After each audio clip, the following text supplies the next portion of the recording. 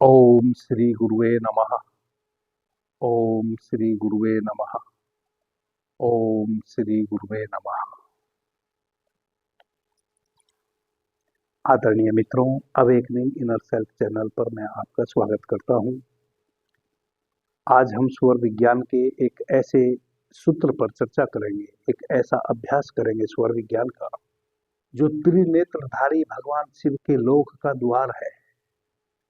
सीधे सीधे कुछ ही क्षण भर में उस द्वार को खोल देता है, उस फाटक को खोल देता है। त्रिनेत्रधारी भगवान शिव के लोक में प्रवेश कर जाते हैं। हमारे जीवन में आमूल चूल परिवर्तन आ जाता है क्षण भर में। अभी हम दूसरे ही व्यक्ति थे, अभी अभी हम दूसरे व्यक्ति हो जाते हैं। सीधा सीधा हम यह कह सकते हैं कि हमारा जीवन बदल सकता है एक क्षण में। स्वर विज्ञान का यह अद्भुत रहस्य आज मैं आपको बताने जा रहा हूं। आदरणीय मित्रों, हमने शिव सौरोदय विज्ञान नाम से इस चैनल पर एक प्ले लिस्ट बनाई है। उसमें 40 से अधिक स्वर विज्ञान से संबंधित हमारी चर्चाएं हैं। हमने लगभग सभी विषयों पर चर्चा की है। कुछ विषय ऐसे हैं जो रह गए हैं, उन पे भी मैं बारी बारी से चर्चा धीरे धीरे करता जा रहा हूं। इसके अतिरिक्त अभी हमने वर्तमान में विज्ञान भैरव तंत्र की सीरीज शुरू कर दी है इस चैनल पर, जो बहुत अद्भुत सीरीज है और बहुत ही महत्वपूर्ण मैं ध्यान की विधियां उसमें निरंतर बता रहा हूं। अभी तक 9 ध्यान की बहुत ही सूक्ष्म और सहज विधियों पर मैं उस सीरीज में चर्चा कर चुका हूं। आज मैं स्वर विज्ञान के उस सूक्ष्म जगत में आपका प्रवेश करवाने वाला हूं, जो है तो अति सहज, लेकिन जब पूरे प्रयोग से आप गुजर लेंगे, आपको लगेगा कि सारी चीजें हम जानते थे, लेकिन हम कभी भी इनका लाभ क्यों नहीं ले पाए। और मैं यह दावा करता हूं कि यदि कोई मित्र मुझे सुनते सुनते उस अभ्यास को करे जो मैं आज बताने जा रहा हूं, तो आज ही आपके जीवन में घटना घट जाएगी।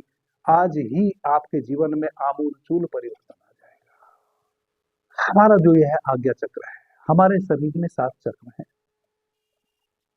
पहला जो हमारा यह रीढ़ है, जिसको मेरुदंड कहते हैं, जहां से यह शुरू होती है, वह हमारा पहला चक्र है, जिसको हम मूलाधार चक्र कहते हैं। दूसरा नाभि और मूलाधार चक्र के बीच में स्वादिष्ठान चक्र है। तीसरा मणिपुर चक्र है, जिसको हम नाभि चक्र भी कहते हैं, जस्ट हमारे नाभि के पीछे। चौथा हमारे हृदय के पीछे अनाहत चक्र है। पांचवा विशुद्धि चक्र है। छठा आज्ञा चक्र है और सातवां सहस्त्रार चक्र है। यह जो छठा आज्ञा चक्र है, इसको आज्ञा चक्र क्यों कहते हैं? इसको आज्ञा चक्र इस कारण से कहते हैं कि यह हमारे भौतिक शरीर को तो आज्ञा देता ही है, यह आध्यात्मिक जगत में भी हमारा प्रवेश करवाता है, क्योंकि यही वह चक्र है जहां हम संकल्प ले सकते हैं। जब हम संकल्प लेते हैं और उस संकल्प की पूर्ति होती है, इसका मतलब जो भी हमने संकल्प लिया वह आज्ञा देना हुआ। हमने कोई संकल्प लिया, मैंने पीछे संकल्प कैसे लें इस संबंध में बहुत सी चर्चाएं की हैं। तो हमने यहां संकल्प लिया और उस संकल्प की पूर्ति हो गई। जब भी हम अपने आज्ञा चक्र पे संकल्प लेते हैं, वह संकल्प हमारे पूरे होते हैं। इसलिए इसको हम आज्ञा चक्र कहते हैं कि यहाँ स्थिर होकर लिया हुआ संकल्प हमेशा पूरा होता है। दूसरा, इसका हमारे शरीर में बहुत बड़ा योगदान है। आज्ञा चक्र में कोई 1 से 1.5 इंच भीतर पाइनियल ग्रंथि है, जिसको हम पीनियल ग्लैंड भी कहते हैं वैज्ञानिक भाषा में, और उसके नीचे पीयूसी का ग्लैंड है। पीयूसी का ग्लैंड 7-8 वर्ष आयु जब हमारी हो जाती है, तैसे ही पीयूसी का ग्लैंड के ऊपर जो पीनियल ग्लैंड है वह उसके ऊपर से हटती है और उसका रास्ता खुलता है। उसका रास्ता खुलता है तो हमारे जीवन में व्यक्तित्व का विकास होता है।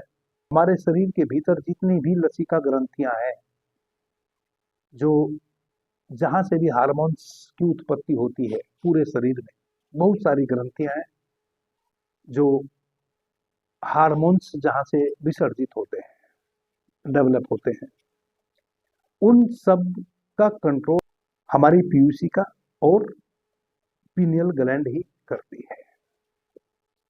तो यह तो हुआ हमारे शरीर में इन दोनों ग्लैंड का कार्य है।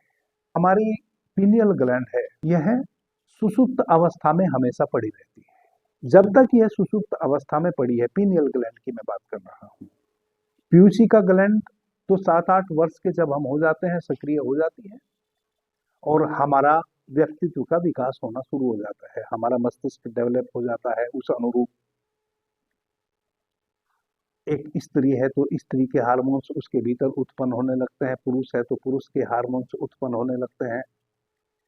विभिन्न विभिन्न प्रकार के हार्मोन्स का स्राव हमारे भीतर होने लगता है। लेकिन जो पाइनियल ग्लैंड है यह सुषुप्त पड़ी है। यह तब ही खुलती है जब हम किसी यौगिक प्रक्रिया से गुजरते हैं। इसको खोलने के 2-3 तरीके हैं। एक तो भगवान पतंजलि के द्वारा जो योग सूत्र बताया गया है उसका अभ्यास करके हम अपनी पाइनियल ग्रंथि को खोल सकते हैं। हठ योग के माध्यम से हम पाइनियल ग्रंथि को खोल सकते हैं। और तीसरा, जो आज मैं आपको विधि बताने जा रहा हूं, उस विधि के माध्यम से आप पाइनियल ग्रंथि को खोल सकते हैं। अब यह पाइनियल ग्रंथि का खुलना क्या है? पाइनियल ग्रंथि का खुलना त्रिनेत्र का खुलना है। हम त्रिनेत्रधारी भगवान शिव के लोक में प्रवेश कर जाते हैं जब हमारी पाइनियल ग्रंथि खुलती है। जब पाइनियल ग्रंथि खुलती है तो एक बहुत बड़ा विस्फोट होता है। वह बहुत ही असाधारण घटना होती है और जैसे ही वह विस्फोट होता है वह पाइनियल ग्रंथि खुल जाती है, ऐसे वह हमेशा हमेशा बंद पड़ी है। हम उसको जन्म के साथ लेकर तो आते हैं, लेकिन कई बार पूरा हमारा जन्म बीत जाता है, वह पाइनियल ग्रंथि हमारी सोई ही पड़ी रहती है। और कई बार तो वह हमारे जन्मों जन्मों तक सोई पड़ी रहती है।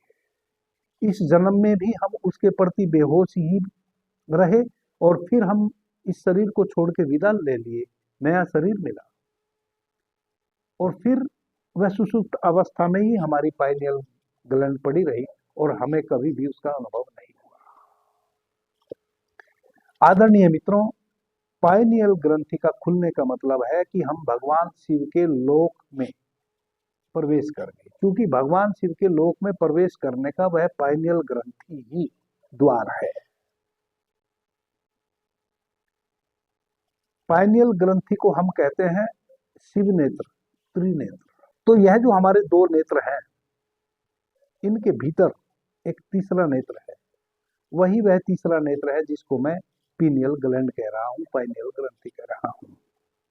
और वह कभी भी अपने से सक्रिय नहीं होती है। जब वह सक्रिय हो जाती है तो हम शिवलोक में प्रवेश कर जाते हैं। तब क्या होता है?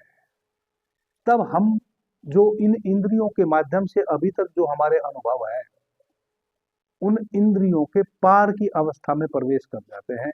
यानी कि हम उस लोक में प्रवेश कर जाते हैं जहां इंद्रियातीत अनुभव हमें होने लगते हैं, दिव्य अनुभव हमें होने लगते हैं। जहां जब हमारी ये बंद आंखें संजय की तरह दूर का देखने लगती है, क्योंकि पीनियल ग्लैंड जैसे ही सक्रिय होती है तैसे ही हम दूर स्वप्न देखना शुरू कर देते हैं, दूरदर्शन जिसको हम कहते हैं। दूर के दर्शन हमें होने शुरू हो जाते हैं। दूर के दर्शन होने से मतलब है इस जगत के हम सूक्ष्म लोक में प्रवेश करने लगते हैं। हमें वह चीजें अब दिखाई दृश्यमान हमारे समक्ष हो जाती हैं जिनका अभी तक हमें स्वप्न में भी अनुभव नहीं था।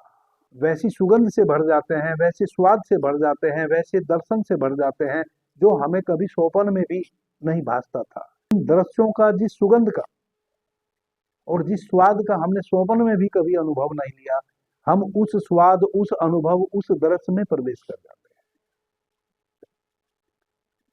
और यह प्रवेश करना आसान भी है, बहुत आसान है। आज जब मैं आपके समक्ष इस चर्चा को लेकर बैठा हूं, कि आप शुरू से ही जानते हैं, जब से मैं इस चैनल पर आया हूं, मैं आपके समक्ष अद्भुत अद्भुत चीजें लेकर आ रहा हूं। जितना प्रकाश सूक्ष्म चीजों पे मैंने डाला है, शायद ही YouTube पर इतनी सूक्ष्मता से कोई आपको बताने वाला हो। आदरणीय मित्रों, हम एक विशेष प्रकार से श्वास लेते हैं और एक विशेष ध्वनि का उच्चारण करते हैं। उस श्वास की गति और ध्वनि की चोट से हम अपनी उस पाइनियल ग्लैंड को, उस पीनियल ग्लैंड को, पाइनियल ग्रंथि को, अपने उस आज्ञा चक्र को, अपने उस त्रिनेत्र को सक्रिय कर सकते हैं। उस ध्वनि से आप सभी मित्र लगभग परिचित हैं। बस आपको उस ध्वनि का उपयोग करना नहीं आया, उस मंत्र का उपयोग करना नहीं आया। आदरणीय मित्रों, भगवान शिव और भगवान शिव की शक्ति, यह दो पोल हैं हमारे शरीर के भीतर, जिसका मैं हमेशा चर्चा करता आ रहा हूं। एक धनात्मक ऊर्जा का पोल है हमारे शरीर के भीतर और एक ऋणात्मक ऊर्जा का पोल है हमारे शरीर के भीतर। ऋणात्मक ऊर्जा का पोल हमारा मूलाधार चक्र है और धनात्मक ऊर्जा का पोल हमारा यह सहस्त्रार चक्र है। इन दोनों धनात्मक और ऋणात्मक पोल के बीच में 5 पोल और हैं, जिनसे विद्युत का प्रवाह कंट्रोल रूप से हमारे शरीर में होता रहता है। वह 5 पोल हैं हमारे बाकी के 5 चक्र, हमारा स्वादिष्ठान चक्र, मणिपुर चक्र, अनाहत चक्र, विशुद्धि चक्र और आज्ञा चक्र। यह इन धनात्मक और ऋणात्मक 2 पोलों के बीच में 5 और पोल है। और यह पोल ही नहीं है, यह ट्रांसफार्मर है। यह हमारे शरीर में विद्युत को कंट्रोल करके, जो हमारे शरीर के भीतर प्राण शक्ति है और जो हमारे शरीर के भीतर 72,000 प्राण वाहिनी नाड़ियां हैं, उनमें कंट्रोल करके प्राण को प्रवाहित करती है। आदरणीय मित्रों, उसी प्राण ऊर्जा को संग्रहित करके अधिक से अधिक प्राण ऊर्जा को अपने आज्ञा चक्र पे प्रवाहित करें और एक विशेष मंत्र का उच्चारण करें, उसकी चोट हमारे आज्ञा चक्र पे पड़े तो क्षण भर में हमारे आज्ञा चक्र सक्रिय हो सकता है। कहें कि वह पीनियल ग्लैंड सक्रिय हो सकता है। और जैसे ही वह सक्रिय होता है, तैसे ही हम उस शिवलोक में प्रवेश कर जाते हैं। अब यह शिवलोक में प्रवेश करना क्या है, इस संदर्भ में भी 2-3 बातें कर लेना अनिवार्य है। कई मित्र यहां भ्रम में पड़ सकते हैं। जैसा कि मैंने पीछे कहा, अभी शिवलोक में प्रवेश का मतलब है हम अतीन्द्रिय हो जाते हैं। अभी हम अपने कान से जो भी सुन रहे हैं, वह कान से बाहर से सुन रहे हैं। बाहर से ध्वनियां आ रही हैं, हमारा कान उनको रिसीव कर रहा है, हम उनको सुन रहे हैं। यह हमारी कर्णेंद्रिय का अनुभव है, अच्छी ध्वनि का या बुरी ध्वनि का, मीठी ध्वनि का या कड़वी ध्वनि का। तो ये जो हमारी 5 इंद्रियां हैं, अभी तक हम इनके अनुभवों से ही ओतप्रोत है। जितने भी हमारे जीवन के अनुभव हैं, वह सब इन 5 इंद्रियों के हैं। आंखों से हम दृश्य देखते हैं, कानों से हम ध्वनि सुनते हैं, जिह्वा से हम स्वाद लेते हैं, नासिका से हम सुगंध ग्रहण करते हैं या दुर्गंध ग्रहण करते हैं। जो भी अनुभव है हमारी इन 5 इंद्रियों के अनुभव है।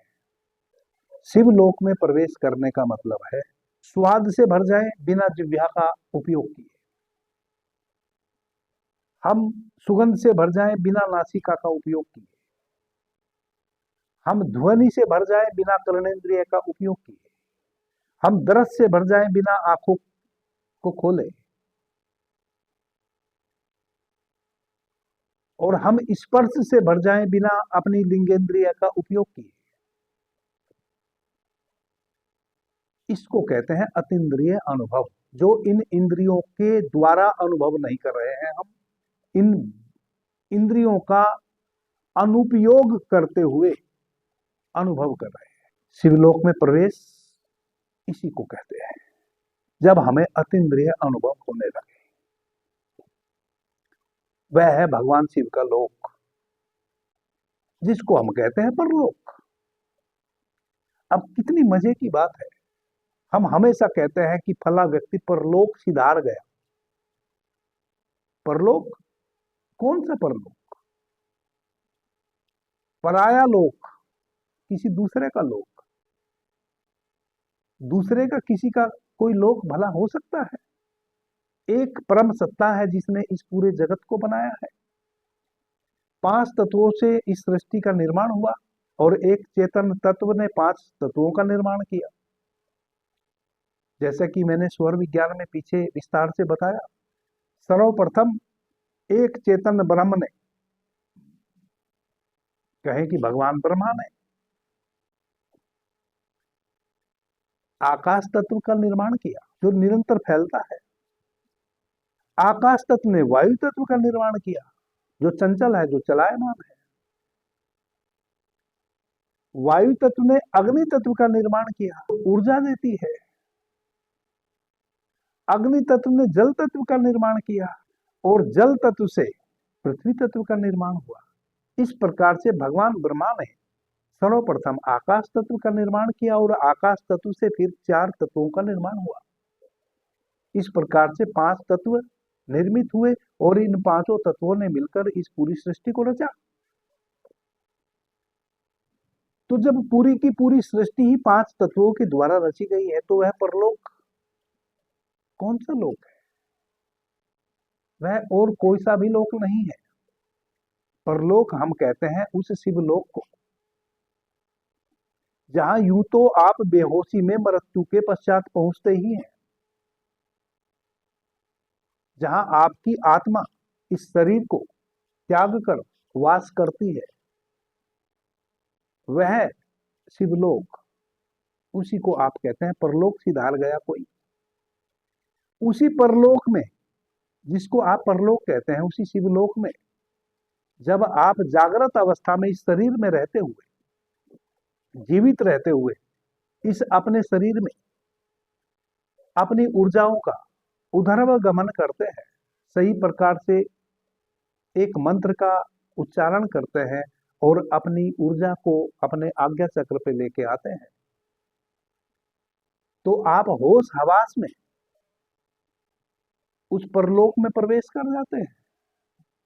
और फिर जब आप उसमें प्रवेश करते हैं, तब आपको पता चलता है कि जिसको हम परलोक कह रहे थे वह परलोक नहीं है, वही तो हमारा असली लोक है, जहां से हम आते हैं और जहां हम चले जाते हैं। वहीं से हमारा आना होता है और वहीं हमारा जाना होता है। कुछ दिन बीच में इस शरीर में ठहरना होता है।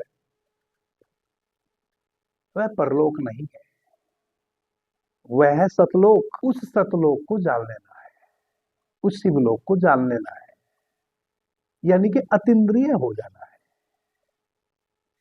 मृत्यु के पश्चात तो हम बेहोशी में ही मरते हैं, हमें पता ही नहीं चलता हम कहां जाते हैं। क्षमा के साथ मैं सभी मित्रों से पूछना चाहता हूं, क्या आपको किसी को भी पता है हम इस शरीर में कहां से आए हैं? नहीं पता है। हाँ, कहानियों में पढ़ा है, बुजुर्गों से सुना है, ऋषियों से, महर्षियों से सुना है, ग्रंथों में पढ़ा है कि हमें एक आत्मा है, आत्मा कभी मरती नहीं। यह सब हमने पढ़ा है या सुना है। हमारा कोई भी अनुभव वैसा नहीं है जो हमने पढ़ा है या हमने सुना है।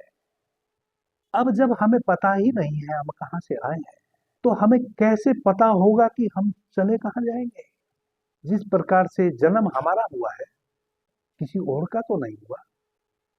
मैंने जन्म लिया है, यानी कि हमने जन्म लिया है, और हमें ही नहीं पता हम कहाँ से आए हैं, और हम ही मरेंगे, और हमें ही नहीं पता होगा हम मर के जाएंगे कहाँ। क्योंकि जब हमें अपने आने का नहीं पता, तो जाने का भी पता कैसे होगा। और सारा का सारा अध्यात्म तो यही है कि हम इस जीवन काल में ही उस स्रोत को जान लें जहां से हम आए हैं और जहां हमें जाना है। और वही तो है शिवलोक, और वही तो है सतलोक, और वही तो है अस्तित्व के साथ एक हो जाना, और वही तो है इस पूरे ब्रह्म में प्रवेश करना और ब्रह्म हो जाना, ब्रह्मांड से अपने को जोड़ लेना। और जैसे ही हम इस अस्तित्व से जुड़ते हैं, जैसे ही हम उस सतलोक से जुड़ते हैं, हम दूसरे ही व्यक्ति हो जाते हैं। हमारी सारी अज्ञानता छट जाती है। जो भी हमारे जीवन में दुख है, कष्ट है, अज्ञानता के कारण ही तो है। वह अज्ञानता क्या है? हमें नहीं पता है क्या करने से हमारे जीवन में सुख उपजेगा। हम केवल अंदाज लगाते हैं कि एक अच्छी नौकरी कर लूंगा तो सब ठीक हो जाएगा, एक बड़ा बिजनेस कर लूंगा तो सब ठीक हो जाएगा। ठीक कई बार कुछ होता नहीं है, हो भी जाता है, क्योंकि हमें नहीं पता कि कौन सा बिजनेस करने से हमें लाभ होगा। हम तो बस एक अंदाज लगाए हैं बेहोशी में। जब आप होश में इन इंद्रियों के पार का देखते हैं, तब इंद्रियों के पार देखने का क्या मतलब है? इंद्रियों के पार देखने का फिर यह भी मतलब है, तब हमें जिस दुकान को मैं कल करना चाहता हूं, उस दुकान के विषय में भी मैं पहले ही जान लूंगा कि यह दुकान मेरे लिए करना उचित या अनुचित, उससे मुझे लाभ होगा या हानि, या उतना लाभ होगा कि नहीं जितना मैं चाहता हूं, जितनी मेरी अनिवार्यता है, जितनी मेरी जरूरत है।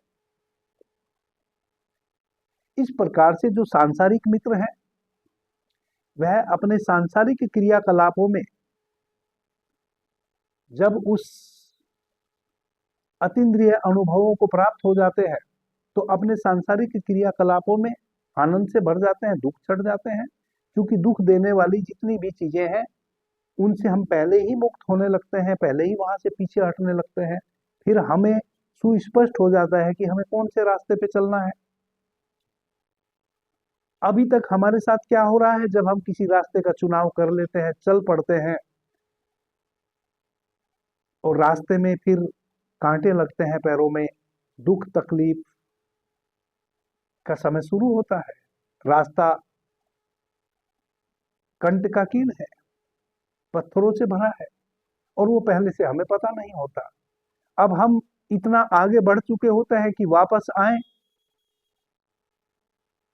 यह भी फिर सामर्थ्य नहीं रहता। आगे बढ़े तो पैर घायल हो जाएंगे, तो बस पैर घायल ही कर लेते हैं, फिर हम आगे ही बढ़ना फिर उचित मालूम होता है। यही तो हमारा दुख है, और क्या है।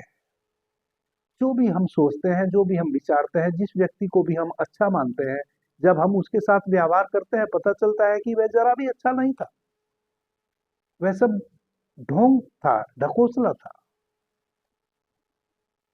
आपने देखा होगा, जो व्यक्ति यह कहे कि मैं बिल्कुल भी लालची नहीं हूं, मैं बिल्कुल भी लालची नहीं हूं, रुपए पैसे से तो मुझे कोई लेना ही देना नहीं है, उसको सबसे अधिक लेना देना होता है,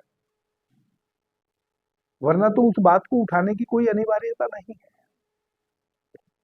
जिस चीज पे भी हम अधिक जोर देते हैं, इसका मतलब हम उससे एसोसिएट हो रखे हैं, और वही हमारी अंतिम इच्छा है। आदरणीय मित्रों, जैसा कि पीछे कई बार मैंने कहा है कि हमारे प्रत्येक दुख के पीछे हमारी बेहोशी ही कारण है। बेहोशी यानी कि हमारा अज्ञान। और ज्ञान क्या है? हम कितनी किताबें पढ़ेंगे, एक व्यक्ति कितना ज्ञान हासिल कर सकता है? आप इंजीनियर बन सकते हैं, तो फिर आप डॉक्टर नहीं बन सकते। डॉक्टर बनेंगे तो फिर इंजीनियर नहीं बन सकते, क्योंकि समय सीमित है। अगर आप पढ़ने में ही अपना जीवन व्यतीत कर दिए, इंजीनियरिंग भी पढ़ ली, डॉक्टरी भी पढ़ ली और मैकेनिक भी बन गए, वैज्ञानिक भी बन गए, तो फिर इन सब सीखी हुई चीजों का उपयोग कब करोगे?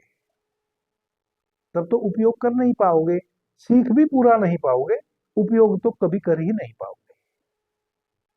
तो ज्ञान, फिर कौन सा ज्ञान अनिवार्य है?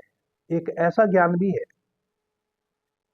जो आपको इंजीनियर तो नहीं बना सकता, डॉक्टर भी नहीं बना सकता, लेकिन आपके भीतर एक प्रज्ञा पैदा कर सकता है। और प्रज्ञा बहुत अनिवार्य है।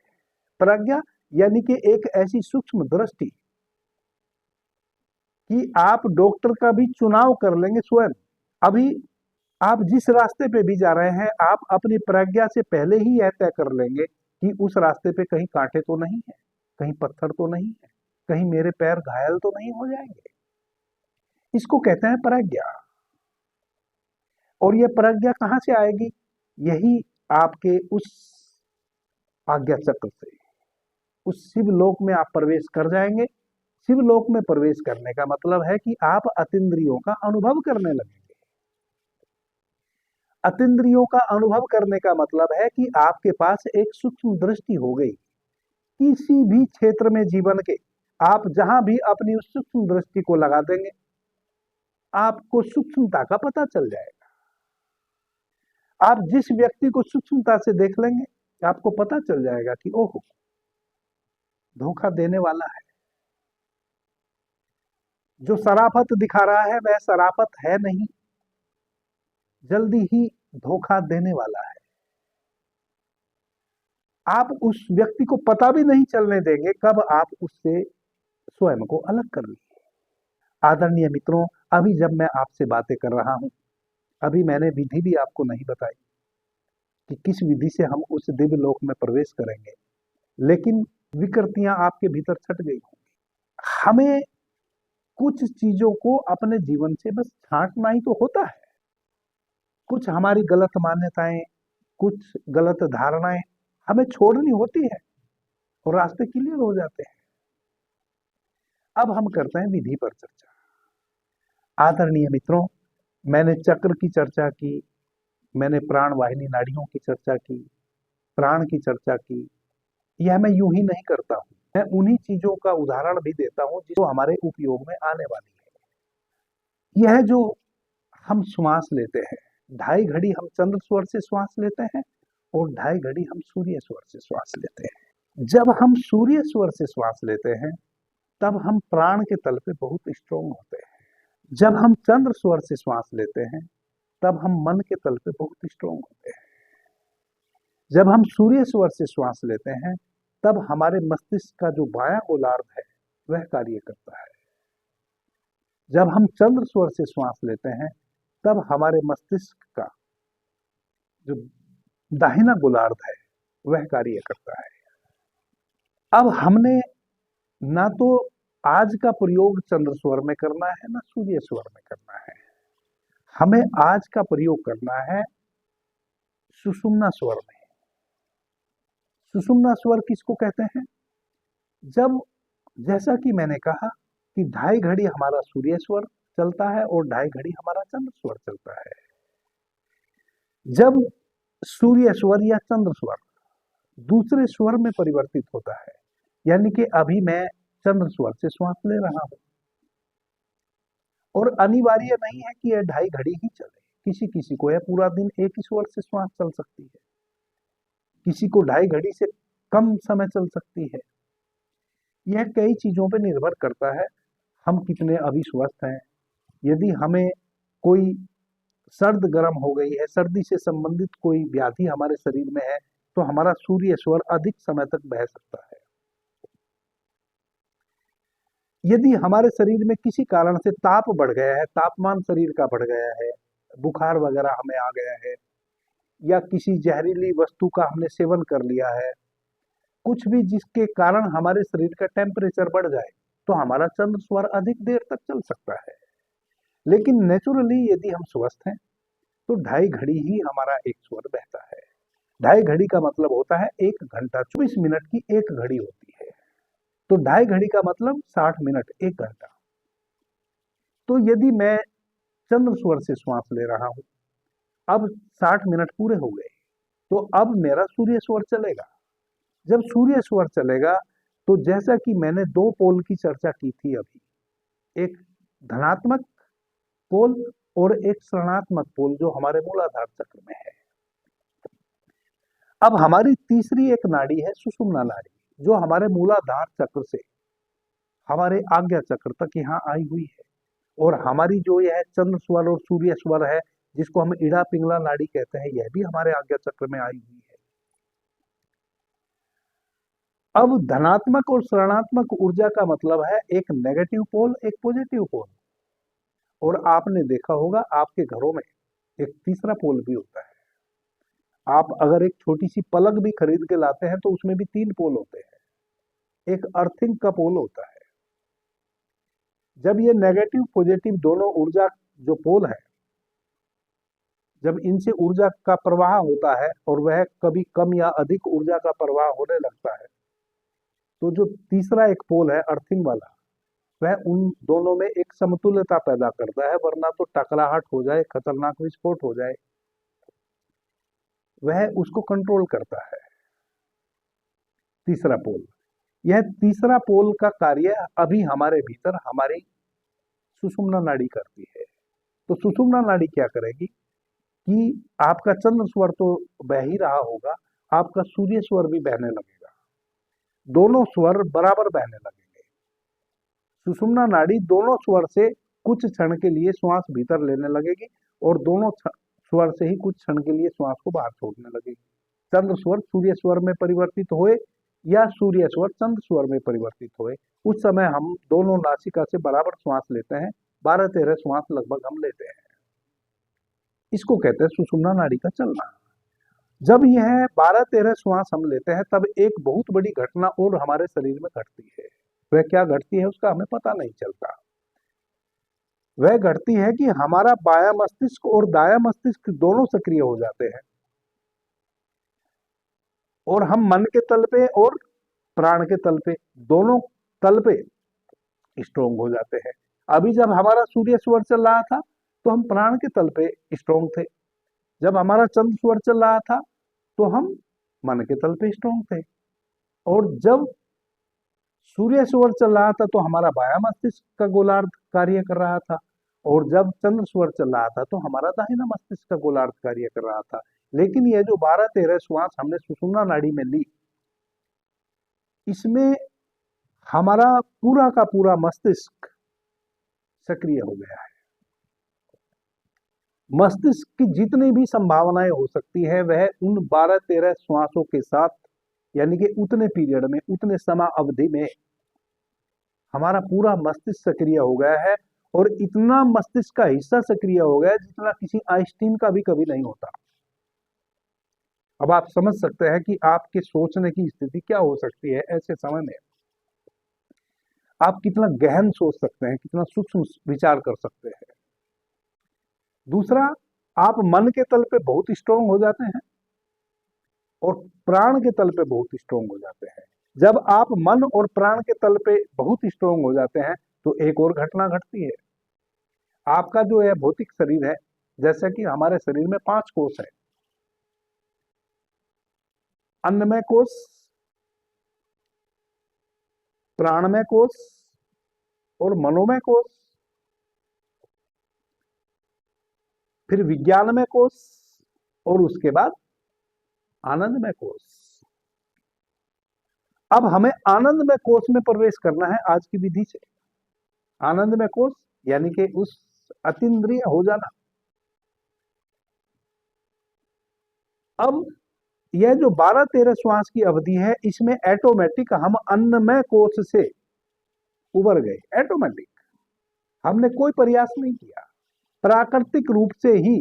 जैसे ही हमारे स्वर इधर से उधर चेंज हुए, सुषुम्ना चली, और वह जो एक छोटी सी अवधि है सुषुम्ना चलने की, उतनी अवधि में हम अपने इस अन्नमय कोष से ऊपर गति कर गए। कौन से कोष में? प्राणमय कोश में और मनोमय कोश में। अब चूंकि हमारा मन और हमारा प्राण दोनों स्ट्रोंग है, वैसी अवस्था में मानसिक अवस्था हमारी इतनी मजबूत हो गई है जितनी हमारी कभी भी नहीं होती है, क्योंकि हमारा पूरा मस्तिष्क एक साथ सक्रिय हो गया है। और बल हमारे पास इतना है जितना हमारे पास कभी नहीं होता है, यानी कि प्राण शक्ति से हम बिल्कुल ओतप्रोत है। प्राण शक्ति हमारे पास बहुत प्रबल है और हमारे भीतर प्राण का ही तो बल है। अब इस सुषुम्ना की स्थिति को आपने समझ लिया, यह बहुत छोटे क्षण है। हमें आज के प्रयोग में अपनी इस सुषुम्ना की अवधि को बढ़ाना है। पहले तो 4 आसन बहुत महत्वपूर्ण है। इन 4 आसन में से किसी एक आसन का आप चुनाव कर लें, वज्रासन, सिद्धासन, सुखासन या पद्मासन। इन चारों आसन में से एक आसन का आप चुनाव कर लें। रीढ़ सीधी कर लें। अपने जो ये दोनों हाथ हैं, इन हाथों के पोरों से बड़ी ऊर्जा बाहर बहती है। इन अपने दोनों हाथों को अपनी रीढ़ के उस पॉइंट पे ले जाए जहां गुह्या प्रदेश में आपकी रीढ़ शुरू हुई है। बाएं हाथ की जो उंगली है उससे उसको छुए, उस हड्डी को नीचे, मेरुदंड की जो हड्डी है, जो बोन है, उसको नीचे छुए और बाएं हाथ की उंगली से छुए। उसके बाद आप दाहिनी हाथ की उंगली बाएं हाथ की उंगली पे रख लें और ऐसे बैठ जाएं इस पोज में। इससे एक बेनिफिट तो यह होगा कि आपके हाथों के द्वारा जो ऊर्जा प्रवाहित हो रही है, वह ऊर्जा जब आपके मूलाधार चक्र पे प्रवाह होगा, आपकी हाथों से बहती हुई ऊर्जा का, तो आपके मूलाधार चक्र की ऊर्जा को प्रवाहित होने के लिए भी एक ऊर्जा चाहिए। आप ही के शरीर की ऊर्जा आप ही के शरीर की ऊर्जा को एक्टिवेट करेगी। यहां कंट्राडिक्टी हो सकती है, आप इसको ऐसा समझें, जब आप भोजन ग्रहण करते हैं, भोजन ग्रहण करने के तुरंत बाद आपको निद्रा आने लगती है, चाहे आपने दिन का भोजन ग्रहण किया हो या रात्रि का। कुछ देर निद्रा के झरोखे आएंगे आपको। अगर आप उसको टाल गए तो टाल गए। अगर आप भोजन ग्रहण करके 5 मिनट के लिए बिस्तर पे यूं ही लेट गए तो आपको नींद आ जाएगी। क्यों? क्योंकि जब आपने अभी भोजन ग्रहण किया है, भोजन को डाइजेस्ट करने के लिए आपके शरीर की ऊर्जा भोजन को पचाने दौड़ पड़ी है।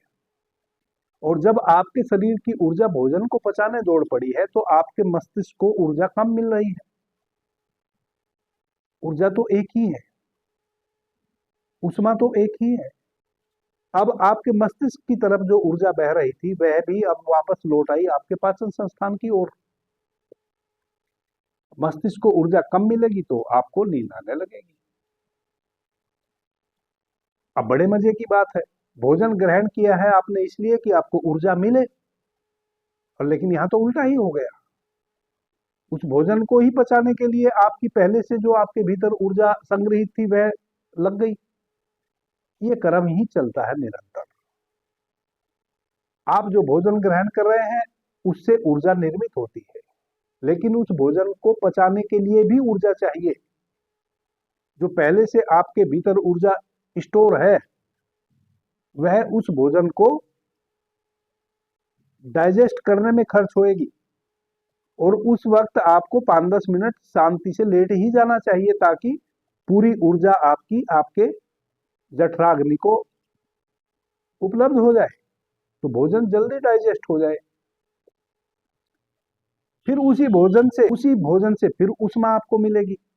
उस भोजन को डाइजेस्ट करने के लिए भी ऊष्मा चाहिए, और फिर जब वह भोजन डाइजेस्ट हो जाएगा वह आपको और अधिक ऊष्मा प्रदान करेगा, उससे फिर आपका जीवन चलेगा।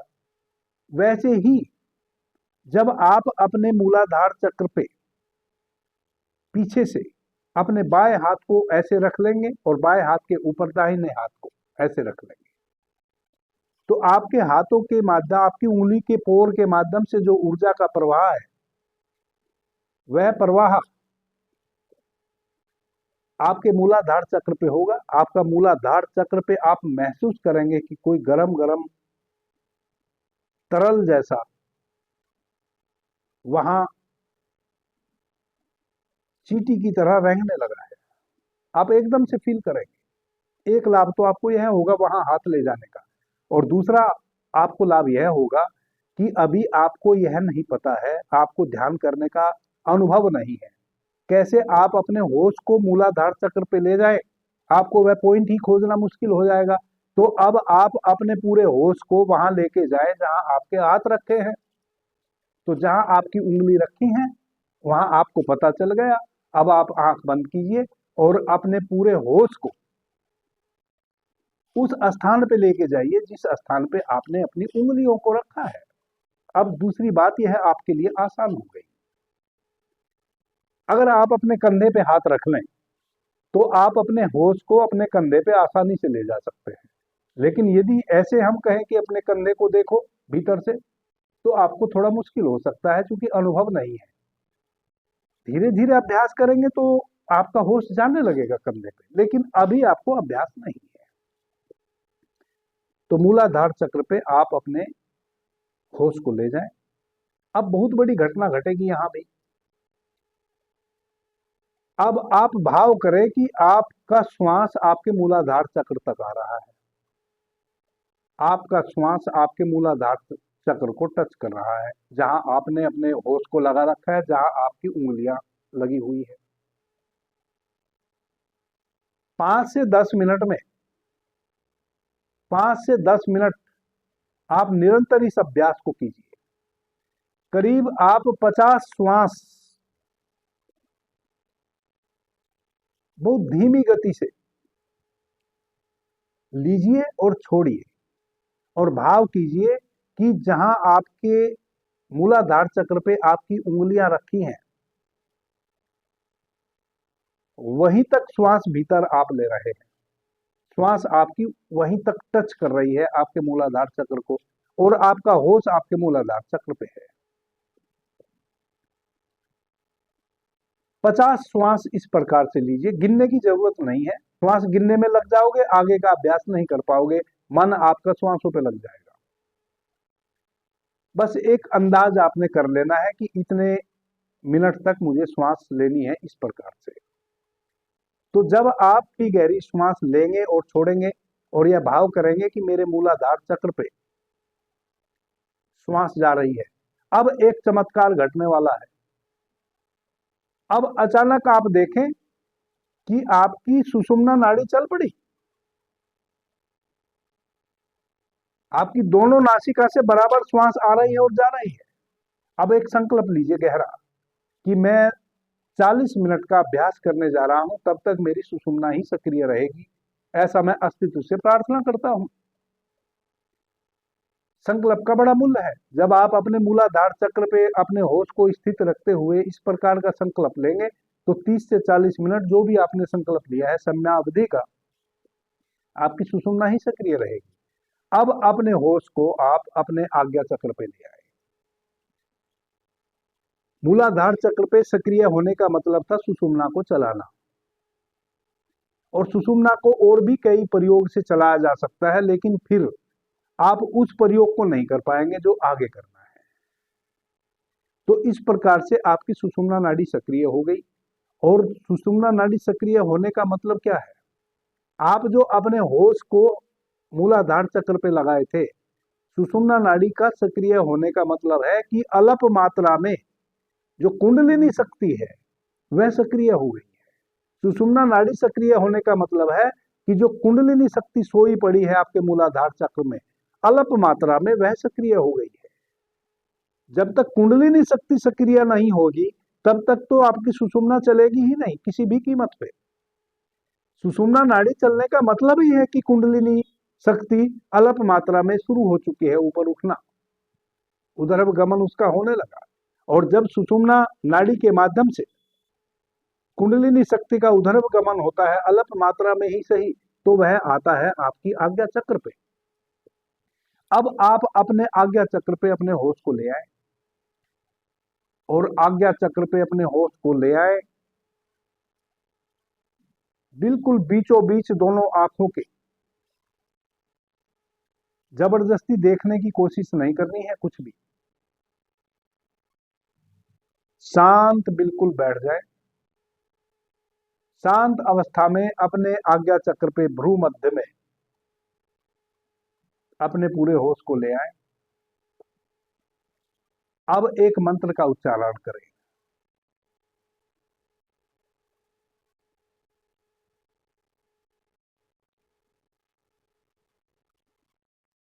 शिवोऽहम् शिवोऽहम् शिवोऽहम् शिवोऽहम् शिवोऽहम् शिवोऽहम् शिवोऽहम्। जब आप इस मंत्र का उच्चारण करते हैं शिवोऽहम् शिवोऽहम् शिवोऽहम् शिवोऽहम्, तो आप देख रहे हैं कि आपके यहाँ बीचों बीच चोट पड़ रही है इस मंत्र की, और आपकी मूलाधार चक्र की ऊर्जा भी सुषुम्ना के माध्यम से उस आज्ञा चक्र पे आके ठहर गई है।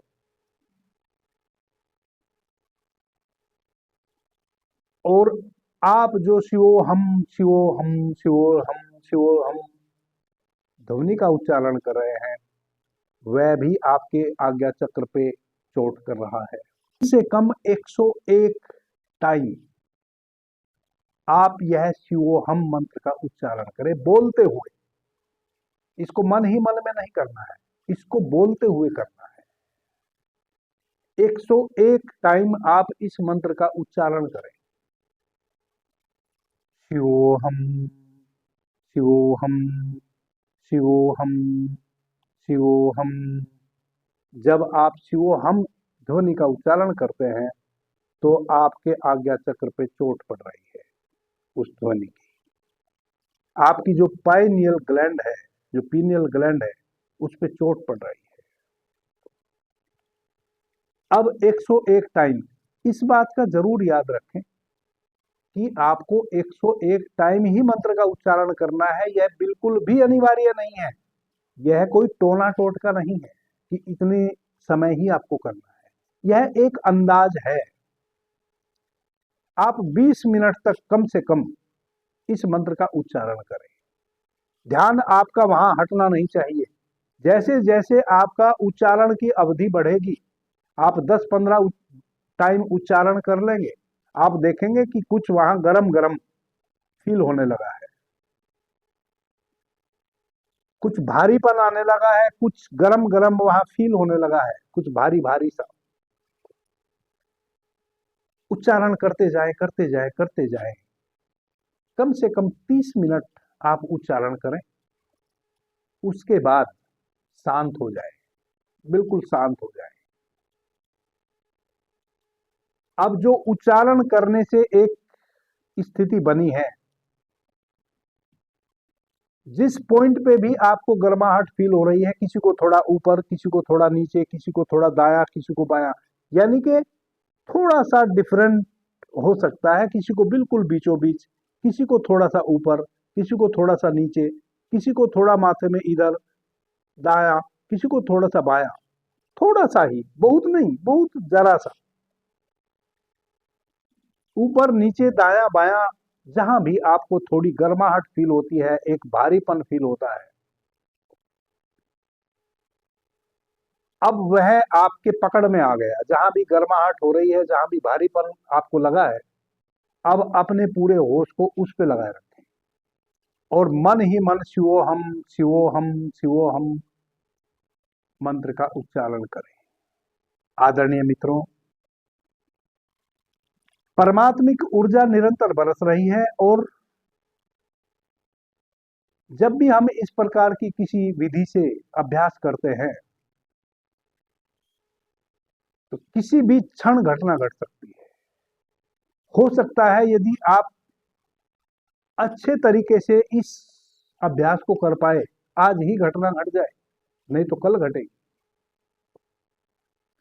यह आपकी त्वरा पे निर्भर करेगा कि आपने कितना अपने आप को उड़ेल दिया है। आप आज्ञा चक्र पे अपने होश को लगाए हुए हैं, जैसे जैसे आप यह भी भूल जाएंगे आप भीतर मंत्र का उच्चारण कर रहे हैं, जैसे जैसे आप कर रहे हैं यह भी बोध खत्म हो जाएगा, उसी क्षण घटना घट जाएगी। अब यह आपको पहले दिन के अभ्यास से आप अपने को इस प्रकार से मिटा लें। सर्वप्रथम तो आपको अपने मुंह से ही मंत्र का उच्चारण करना है, फिर आपको मन ही मन उच्चारण करना है। अब वह मन ही मन उच्चारण जो आप कर रहे हैं, वह उच्चारण कभी भी समाप्त हो सकता है। आप भूल ही जाएंगे कि मैं शिवोहम का उच्चारण करने भीतर बैठा था, और जैसे ही आपको आप भूलेंगे, तैसे ही आपकी वह ग्रंथि सक्रिय हो जाएगी, आप प्रवेश कर जाएंगे उस अतीन्द्रिय लोक में। क्षण में दरवाजा खुलेगा, और जब भी वह दरवाजा खुलेगा बहुत बड़ा विस्फोट होगा। लगेगा आपको जैसे आप बहुत ऊंचे आसमान में उड़ रहे थे और अचानक आप किसी गहरे कुएं में गिर गए हो। बहुत ऊंचे आसमान में उड़ रहे थे, लेकिन अचानक आप नीचे अतल में गिर गए। अचानक क्षण भर में आप एक गहरे कुएं में गिर गए हो। आकाश की ऊंचाई पे आप उड़ रहे थे और वहां से आप अचानक एक बहुत ही गहरे कुएं में ऐसे गिर गए हो। यह आपको अनुभव होगा। जब उस कुएं में गिरने जैसा होने लगे, वहां अपने को रोकने की जरूरत नहीं है, वहां संभलने की जरूरत नहीं है, वहां बिल्कुल भी भय खाने की जरूरत नहीं है, क्योंकि अंधेरा कुआं है। एक बार भय पकड़ता है साधक को, लेकिन जैसे ही आप उस अंधेरे कुएं में गिरने को तैयार हो गए, तैसे ही आप उस परम लोक में प्रवेश कर जाएंगे। फिर कोई अंधेरा नहीं, फिर केवल प्रकाश ही प्रकाश है। और यह घटना कब घटेगी? जब आपका मंत्र अचानक रुक जाए। आपने रोका नहीं, रुक गया। जैसे ही रुक गया, तैसे ही आप अचानक पाएंगे कि आप किसी गहरे कुएं में बहुत स्पीड से गिर रहे हैं। बस वहां रोकना नहीं है स्वयं को। जैसे नदी में आप बह रहे हो, बस वैसे बह जाना है उस अवस्था में, और घटना घट गई। आदरणीय मित्रों, आप सभी के जीवन में यह सुंदर अनुभव उतरे। आप स्वयं के होने को जाने, आप दूरदृष्टा बने, भगवान शिव की कृपा आप पे बरसे, आपका शुभ हो, आपका मंगल हो, ऐसी आकांक्षा से मैं भरा हूं। अभी के लिए इतना ही। आपने मुझे ध्यान से प्रेम से सुना, उससे मैं बहुत अनुग्रहित हूं। सभी मित्रों को मेरा प्रणाम, धन्यवाद। हर हर महादेव।